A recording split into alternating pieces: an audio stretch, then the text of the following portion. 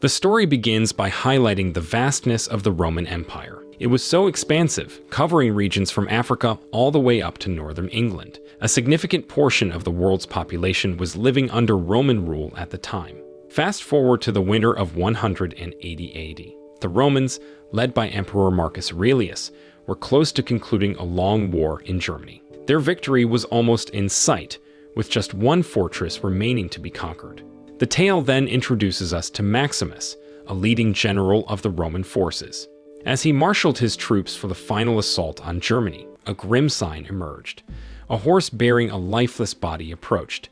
This gesture, sent by the barbarians, clearly signaled their defiance and unwillingness to surrender easily to the Romans. Reading the message, Maximus quickly organized his troops, preparing them for the imminent clash. Not far off, the barbarian forces began their march, signaling the onset of a major confrontation. With Maximus' command, the Romans launched their attack. Massive fireballs soared, arrows darted across the sky, cavalry charged, and foot soldiers engaged in intense combat. The magnitude of the battle was overwhelming, but after a fierce struggle, victory favored the Romans under the guidance of Maximus. Following the intense battle, Commodus, son of Emperor Marcus Aurelius, along with his sister Lucilla, made their way to the battleground at the behest of their father. Eager to win his father's admiration, Commodus mentioned that he had organized a grand feast with 100 oxen to celebrate the triumph. Yet the emperor believed it was Maximus who truly deserved recognition for the victory. Feeling the weight of the moment, Commodus warmly embraced Maximus and urged his father to join him on their return journey to the west. As night descended, a concerned Maximus visited the tents where his injured soldiers were being treated. Their pain weighed on his heart. Later, during the grand victory celebration, Commodus tried to persuade Maximus to stay in Rome and serve as a high-ranking general alongside him. However, Maximus, yearning for the comfort of home, expressed his desire to return to his family and declined the offer. One morning, Maximus visited the grave of Caesar Marcus Aurelius. Caesar had a special request for Maximus. He wanted him to take over Rome after he passed away. The idea was to transform the mighty empire into a republic with the assistance of the senators.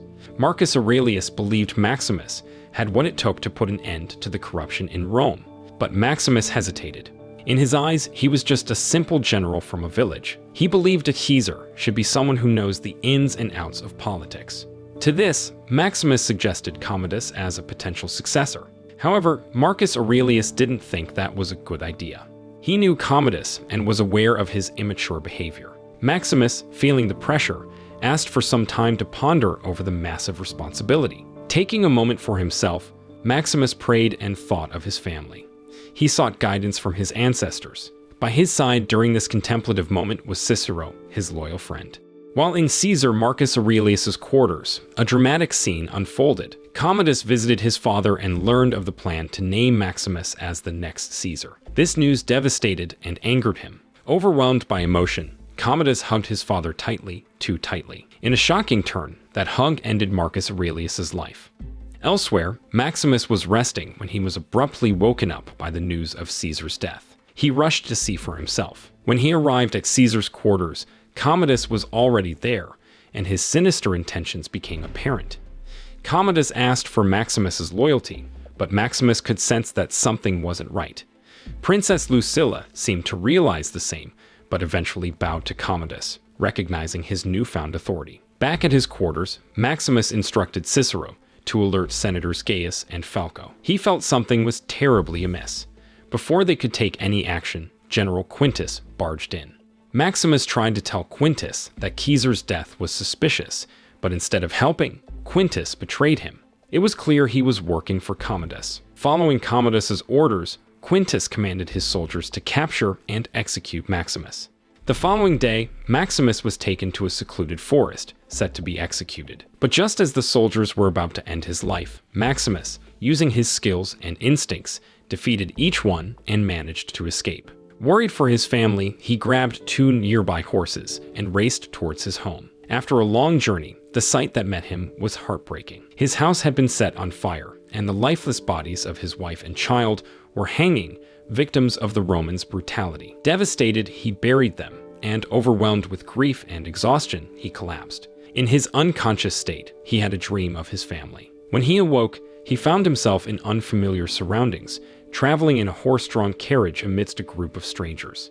They reached a town called Zotrabar, where it became clear to Maximus that he had been captured by slave traders. At a slave market, an elderly man named Proximo took interest in him. He purchased Maximus, seeing potential in the disheveled former general. Proximo, as it turned out, was a big player in the world of gladiatorial games. He would take in slaves, train them, and have them fight in the arena. During an assessment to see his fighting capabilities, Maximus chose not to retaliate despite being provoked and struck multiple times.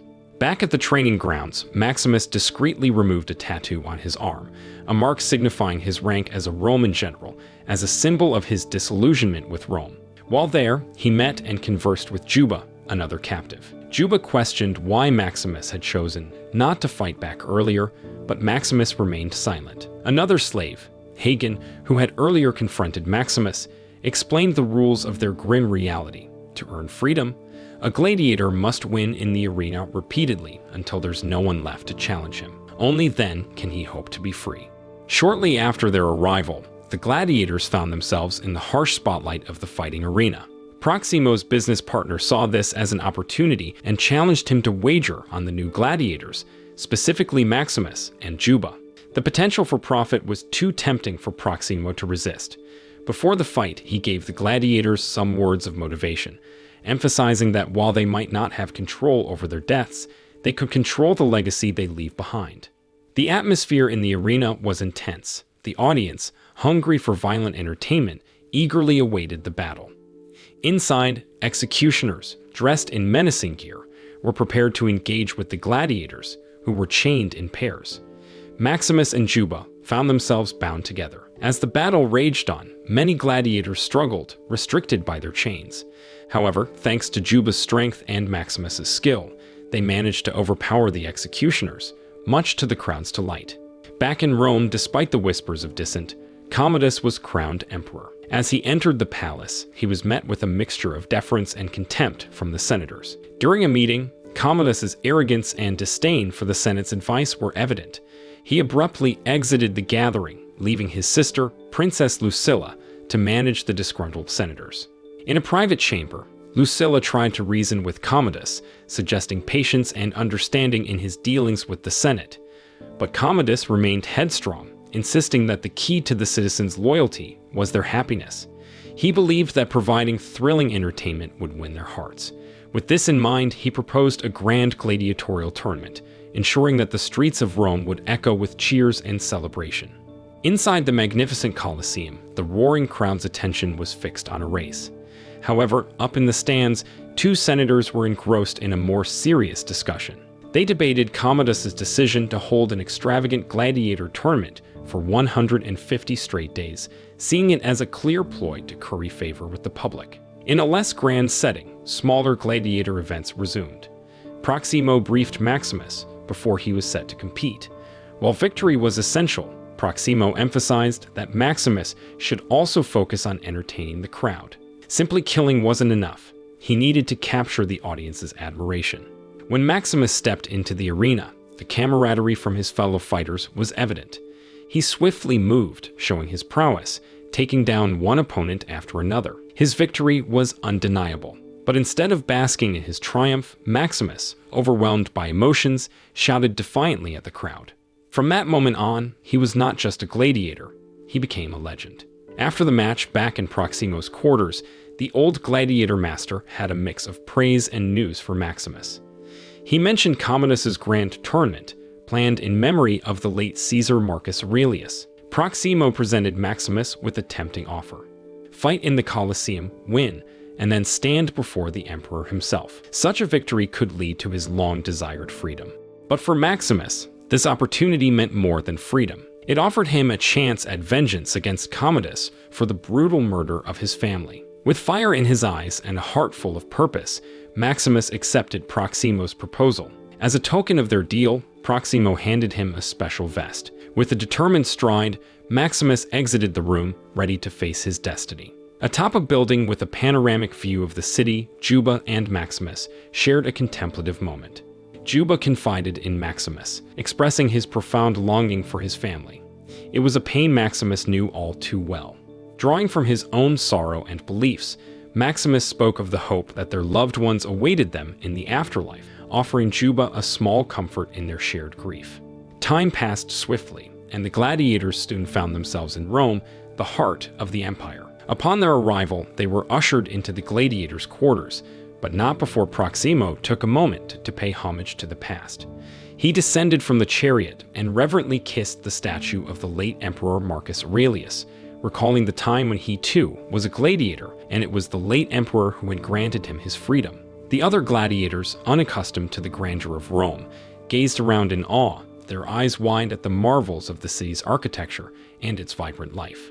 Inside the opulent palace, Commodus watched over Lucilla's young son as he slept peacefully. His demeanor was one of weariness and concern, and he confided in Princess Lucilla about his contemplation of a drastic political move. He planned to dissolve the Senate on the upcoming anniversary of his father's death. The gravity of such an action wasn't lost on Lucilla, who gently counseled her brother to reconsider. Advising him to find rest and to approach matters with a clear mind, she hoped to temper his impulsive nature.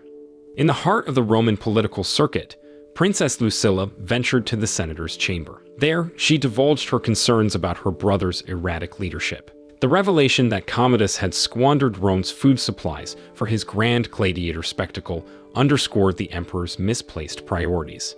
The consequences of such a decision were dire. The empire's capital would be on the brink of famine for the next 2 years. The weight of this news hung heavily in the air. Lucilla's revelation that Commodus intended to dissolve the Senate further heightened the urgency of their discussions. While she conveyed her desperation to curtail Commodus's unpredictable actions, even advocating for extreme measures, the senators advised caution. They recognized that the emperor's recent popularity, buoyed by the gladiatorial games, was a formidable force. The strategy the senators settled on was one of patience and vigilance, to bide their time until the inevitable shift in public sentiment against the emperor and to rally behind a suitable adversary to challenge Commodus. In a different part of the city, the grandeur and might of the Colosseum loomed large as Proximo introduced the gladiators to the legendary amphitheater. As the gladiators acclimated to their surroundings, a young boy curiously observed them from a distance. His fascination drew him to Maximus, and the two struck up a conversation. The boy's innocent wish for Maximus's victory in the upcoming battle touched the gladiator. However, the true gravity of their conversation only became evident when the boy introduced himself as Lucius. The revelation struck Maximus like a lightning bolt. Lucius was the son of Princess Lucilla, making him the nephew of the very Emperor Maximus intended to challenge. This meeting wasn't just a casual interaction, it could have deeper implications. Maximus immediately grew wary, scanning his surroundings for any sign that his identity might have been recognized. In preparation for the big battle, he dressed up in the basement by putting on a mask. The Colosseum's vast arena awaited him and the other gladiators. As they entered, a wave of cheers filled the air, especially when the emperor made his entrance, signaling the beginning of the event. The match's organizer introduced the opposing team, the barbarians. They were set to challenge the gladiators. Recognizing the intensity of the upcoming battle, Maximus reminded his gladiator team of the importance of unity and strategy. Their best chance of survival was to stick together and move as one unit. The anticipation reached its peak when the gates lifted, releasing the barbarians into the arena. They quickly moved to encircle the gladiators, indicating the start of a fierce confrontation. The barbarians, having archers in their ranks, took shots aiming at the gladiators. Despite the challenges under Maximus's guidance, the gladiators displayed remarkable teamwork. They succeeded in taking down some of the barbarian horsemen, and even made an attempt to seize control of a moving cart. Maximus showcased his skills by mounting a horse and swiftly eliminating the remaining barbarian combatants. Their hard-fought battle concluded with the gladiators emerging victorious. In the aftermath, Maximus, driven by a mix of emotions, considered launching a spear at the emperor. However, before he could act on this impulse, the emperor approached the gladiators, commending them for their impressive performance. Commodus went to the arena floor to speak with Maximus. While they talked, Maximus sneakily sifted through the sand, searching for something sharp. He found an arrowhead and hit it quickly. Just as he was thinking of attacking Commodus, young Lucius ran up to Commodus, making it harder for Maximus to take action. Commodus, curious, asked Maximus to reveal his true identity. Maximus stayed silent, then finally removed his helmet, revealing his identity as Maximus, a former trusted general of the late Emperor Marcus Aurelius. This revelation shocked Commodus, who had thought Maximus was dead. As Commodus's rage grew, he ordered his guards to seize Maximus. However, the crowd, having witnessed the exchange and recognizing Maximus's bravery, began chanting in support of sparing him. Torn between his personal vendetta and not wanting to anger the public, Commodus reluctantly let Maximus live and left the arena. When Maximus walked back, he was met with cheers from the other gladiators, celebrating his bravery.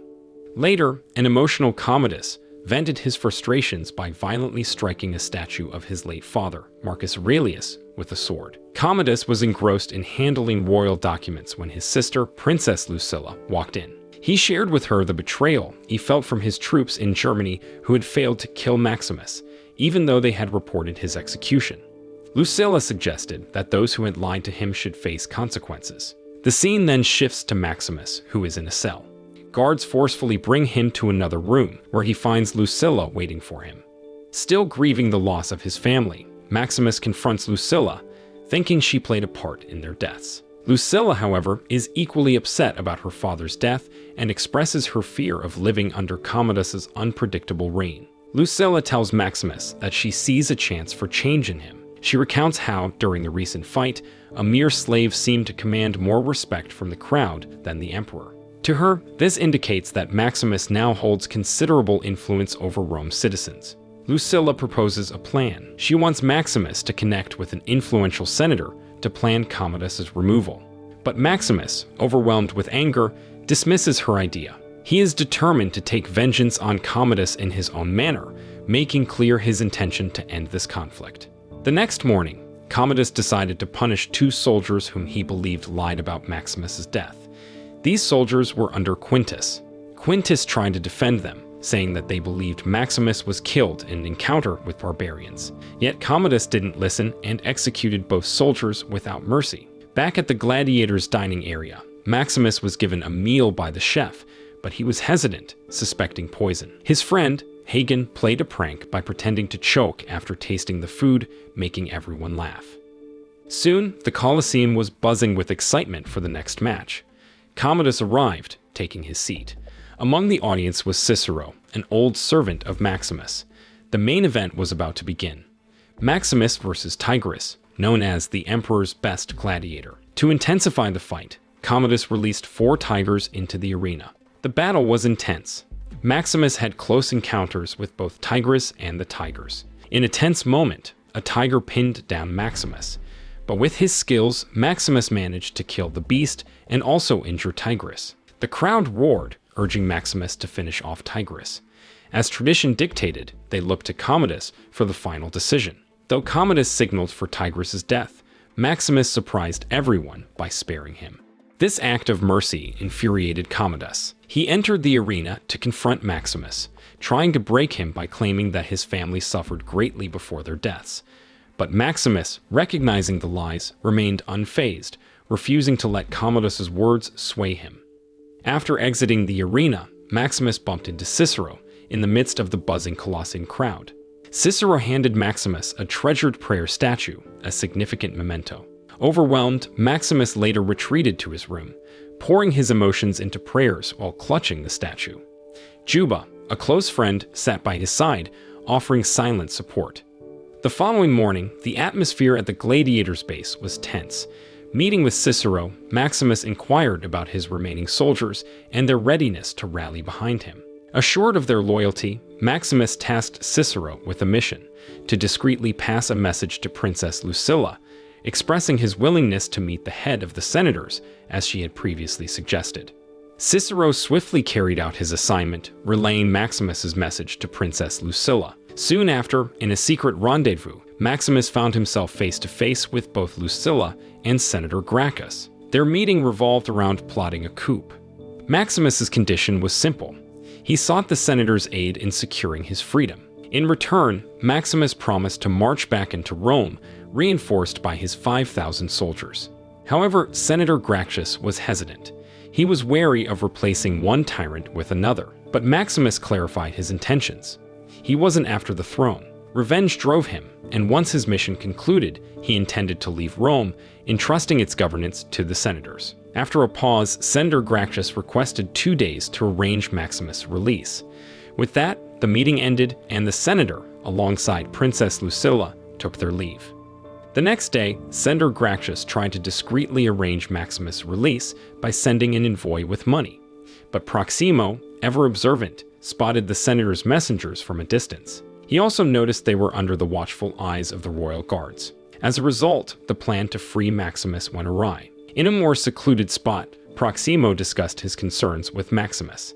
He had realized that the royal army was monitoring him and was aware that associating with Maximus posed a severe risk.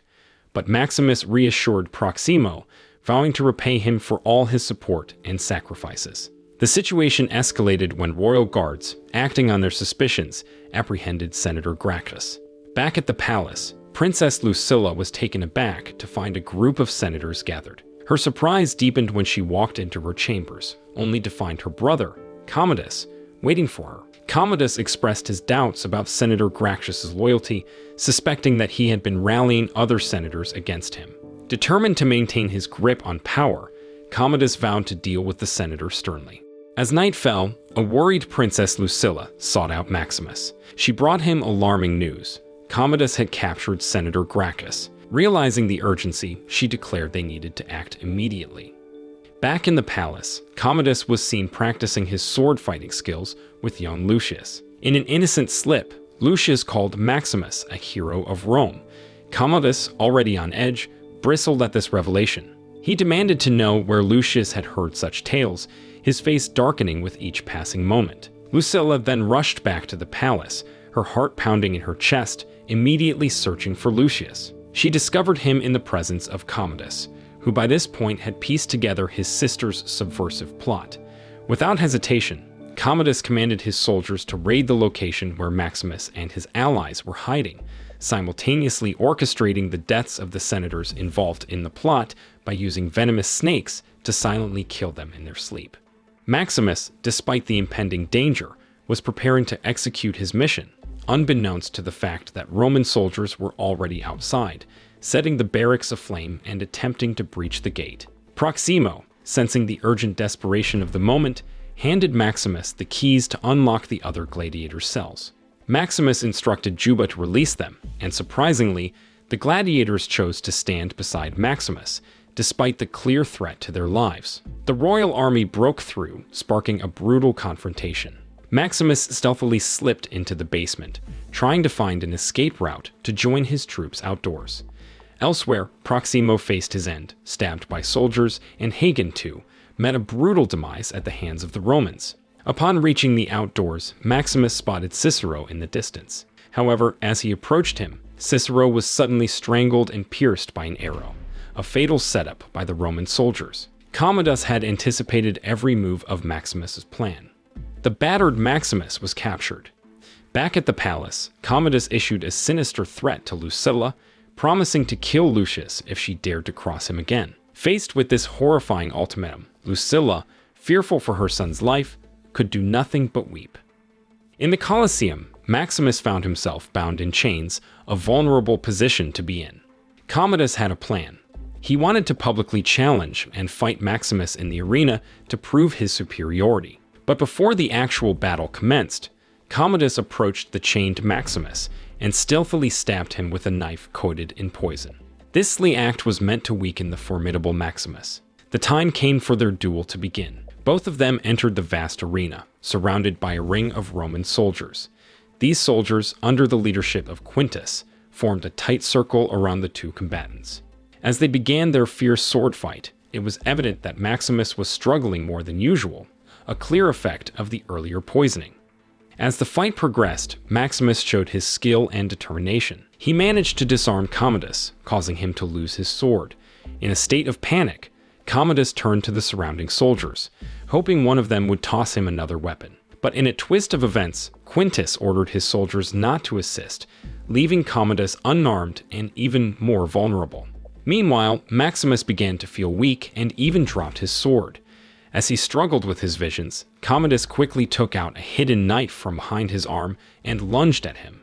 But Maximus, skilled as ever, managed to defend himself. Using his strength, he grabbed Commodus, overpowered him, and used his own knife against him. With that, Commodus was defeated and lay dead in the arena. The spectators watched in shock, unable to believe their emperor was gone. After the duel, Maximus managed to convey his final wishes to Quintus. He wanted all the gladiators who had fought by his side to be freed. He also entrusted Senator Gracchus with the responsibility of restoring the Roman government. But soon after, the poison and injuries took their toll, and Maximus succumbed to his wounds, joining his family in the afterlife. Princess Lucilla, heartbroken, approached the fallen hero, bidding him a tearful farewell. Respecting his bravery and sacrifices, she ordered a dignified funeral for him. The arena was filled with people rushing to pay their respects to Maximus, carrying his body with honor. In stark contrast, Commodus' body was left ignored, a reminder of his failed leadership. The moral of the story is always double-check the food you're served, especially if there's a chef nearby with a sneaky grin.